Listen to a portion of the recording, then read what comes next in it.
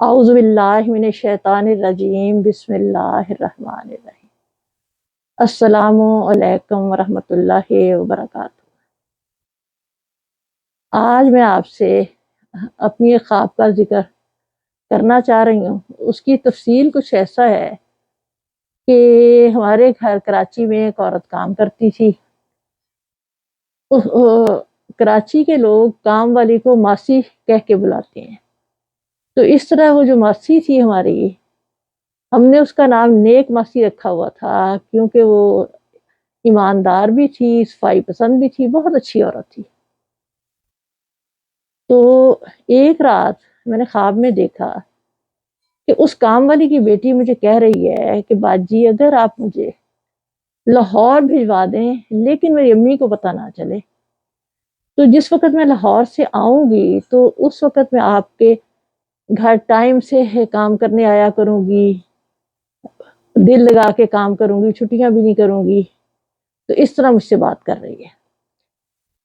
تو خواب میں اس کی بات سن کے تو میں جواب میں کہتی ہوں ایسا تو ہو ہی نہیں سکتا کہ میں تمہاری امی کو بتائے بغیر تمہیں لاہور بھیج دوں، یہ تو ہو ہی نہیں سکتا، تم میرے گھر میں کام کرو یا نہ کرو، یہ کام میں تمہارا نہیں کر سکتی۔ اب اگلے دن کام والی آئی، سارا دن ہمارے گھر پہ کام کرتی رہی، اور یہ خواب میرے ذہن میں بار بار آ رہی تھی۔ میں سوچ میں تھی کہ اس کا ذکر اس سے کروں یا نہ کروں یا نہ کروں، یہاں تک کہ اس کی چھٹی کا ٹائم ہو گیا۔ اس نے جب سارے کام ختم کر لیے، وہ جانے والی تھی، جب میرے پاس آئی تو میں نے پھر اسے بتایا کہ اس طرح آج میں نے خواب میں یہ دیکھا ہے۔ ادھر میں نے اسے خواب سنائی، ایک دم اٹھ کے کھڑی ہو گئی کہ باجی ہمارا کوئی رشتہ دار لاہور سے آیا ہوا ہے تو مجھے جانا ہے، یہ کہہ کے وہ چلی گئی۔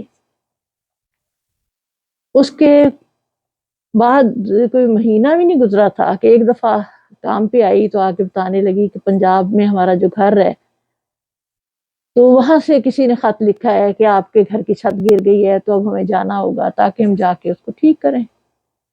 میں نے کہا ٹھیک ہے۔ اس طرح وہ چھٹی لے کے تو پنجاب چلی گئی۔ جس وقت مہینے ڈیڑھ کے بعد پنجاب سے واپس آئی تو اس نے آ کے بتایا کہ باجی ہمیں دھوکے سے پنجاب بلایا گیا تھا، اصل میں ان کا کوئی دور کا رشتہ دار تھا جو کہ شادی شدہ تھا، لیکن وہ ان کی بیٹی سے دوسری شادی کرنا چاہتا تھا، اور اس کے لیے ان کی بیٹی جو ہے وہ پورا اس شخص کا ساتھ دے رہی تھی۔ لہذا اس نے کھیر میں نیند کی گولیاں ڈال کے سارے گھر والوں کو کھلا دی، اور اس کے بعد وہ اس شخص کے ساتھ بھاگ گئی اور جا کے نکاح کر لیا۔ یہ بات ہماری کام والی اور اس کے سارے بچوں کے لیے، سب کے لیے بہت تکلیف دہ تھی۔ بہرحال بیچارے ایک دو مہینہ جو کوشش کر سکتے تھے کہ کسی طرح ان کی بیٹی واپس آ جائے، جو کہ نہیں آئی۔ واپس کراچی آ گئے، اور اس نے آ کے مجھے بتایا کہ جس وقت آپ نے مجھے خواب سنائی تھی نا، اس وقت بھی وہ اسی نیت سے وہ شخص کراچی آیا ہوا تھا کہ وہ کسی طرح میری بیٹی کو یہاں سے لے جائے، لیکن جب آپ نے مجھے خواب سنائی تو میں نے فوراً جا کے جہاں وہ کام کرتی تھی وہاں گھر والوں سے کہہ دیا کہ میری بیٹی اب کچھ دن آپ کے گھر پر ہی رہے گی، اگر دروازے پہ کوئی بھی اسے ملنے آئے تو پلیز اسے دروازے تک نہ جانے دیں۔ تو اس وجہ سے اس وقت تو یہ جو ان کا پروگرام تھا وہ پورا نہیں ہو سکا، ورنہ وہ اسی وقت اسے کراچی سے لے کے پنجاب چلا جاتا اور وہاں جا کے شادی کر لیتا۔ اور اس طرح جو خواب میں نے دیکھی تھی اسے بتائی تو اللہ تعالیٰ نے اس وقت تو اسے اس پریشانی سے بچا لیا۔ اس کے کوئی سال ڈیڑھ کے بعد اس کی بیٹی، جس نے والدین کی مرضی کے خلاف بھاگ کر شادی کی تھی، خود بھی خوب خجل خراب ہو کے گھر والوں کو بھی دکھی کر کے پھر اس نے جا کے عدالت میں بیان دیا، اس شخص سے طلاق حاصل کی اور دوبارہ اپنے والدین کے پاس آئی۔ تو بس آج یہی بات میں آپ سے شیئر کرنا چاہ رہی تھی۔